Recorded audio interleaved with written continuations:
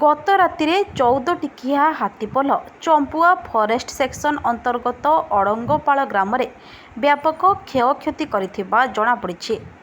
ଝାରଖଣ୍ଡ ପଟୁ ବୈତରଣୀ ନଦୀ ପାର ହୋଇ ଏହି ହାତୀପଲ ଅଡ଼ଙ୍ଗପାଳ ଗ୍ରାମରେ ପଶି ଏକର ଏକର ଫଳନ୍ତି ଖରଟିଆ ଧାନ ଫସଲ ନଷ୍ଟ କରିଥିବା ବେଳେ ଗ୍ରାମର ଠାକୁରାଣୀଶାଳରେ ଥିବା ଏକ ନଳକୂପକୁ ତାଡ଼ି ଦେଇଥିବା ଜଣାପଡ଼ିଛି। ହାତୀପଲ ରାତି ସାରା ଫସଲ ନଷ୍ଟ କରିବା ପରେ ପୁଣି ଝାରଖଣ୍ଡ ଆଡ଼କୁ ଚାଲି ଯାଇଛନ୍ତି।